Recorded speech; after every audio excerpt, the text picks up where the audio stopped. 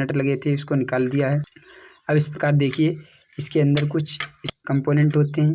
इसमें एक पीसीबी लगी होती है। पीसीबी की फुल फॉर्म जो होती है प्रिंटेड सर्किट बोर्ड, वह कुछ इस प्रकार होती है। इस प्रकार देखिए इन दोनों वायरों में पहले इस प्रकार लगाकर देखेंगे तो इसमें देखिए आपको कोई वैल्यू नहीं मिल रही है। नमस्कार दोस्तों, कैसे हो? आशा है कि आप अच्छे और स्वस्थ होंगे। आज की इस वीडियो में आपको मल्टीमीटर में लगे सभी कंपोनेंट की प्रैक्टिकल के साथ टेस्टिंग करना सिखाएंगे।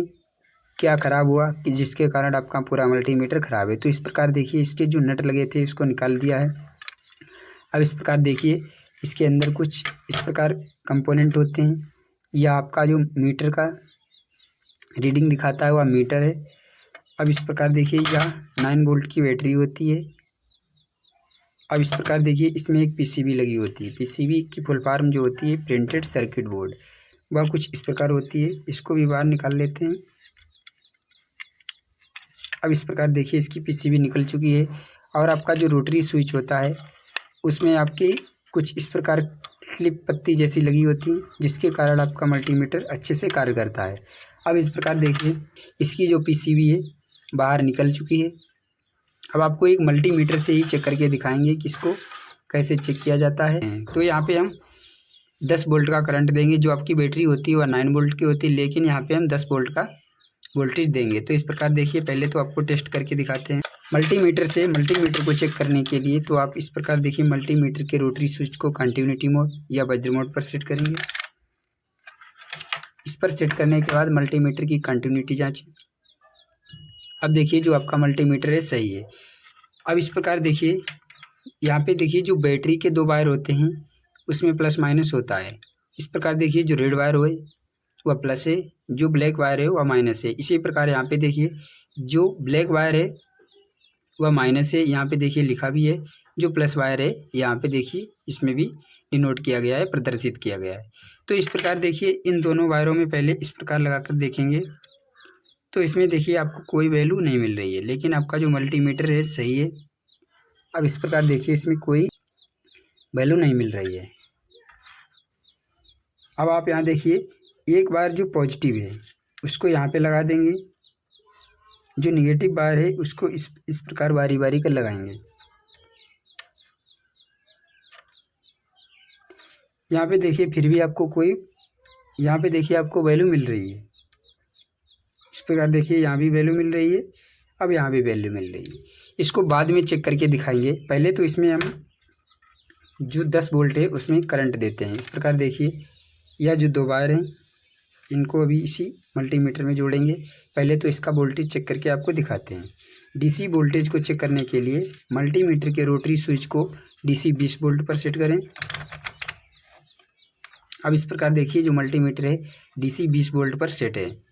अब इस प्रकार देखिए इसके दोनों वायर में इस प्रकार मल्टीमीटर की दोनों लीड लगाते हैं तो इस प्रकार देखिए 9.32 वोल्ट इसमें दिखा रहा है। जब इसकी लीड को बदल कर लगाएंगे तो इसमें आपको वैल्यू जो है माइनस में मिलेगी, अतः क्योंकि इसके देखिए दोनों वायर उल्टे लगे हुए हैं। अब देखिए इसके जो 2 वायर हैं इन दोनों वायरों को इस प्रकार देखिए इसका जो माइनस वायर है उसको इस माइनस टर्मिनल में लगाएंगे। तो इस प्रकार देखिए जो प्लस वायर है उसको प्लस में लगाएंगे।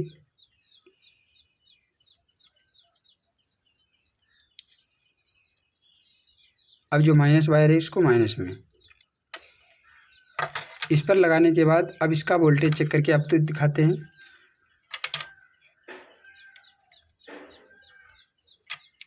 अब इस प्रकार देखिए मल्टीमीटर से वोल्टेज चेक करने के लिए मल्टीमीटर के रोटरी स्विच को 20 वोल्ट पर सेट करते हैं।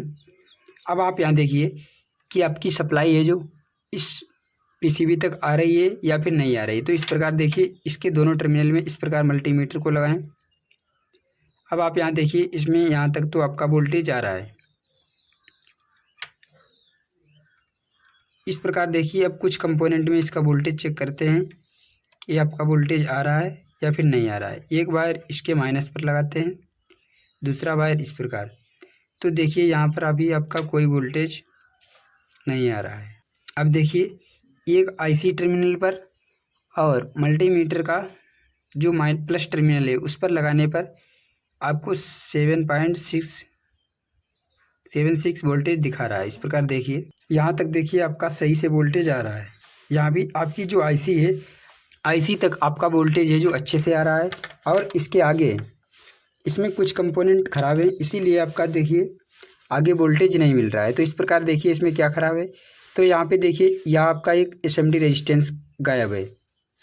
इस प्रकार देखिए एसएमडी रेजिस्टेंस जल गया है। और इस प्रकार देखिए एक यहाँ रेजिस्टेंस है और एक इसके साथ वाला, और इसका देखिए यहाँ से यहाँ तक का प्रिंट ख़राब है।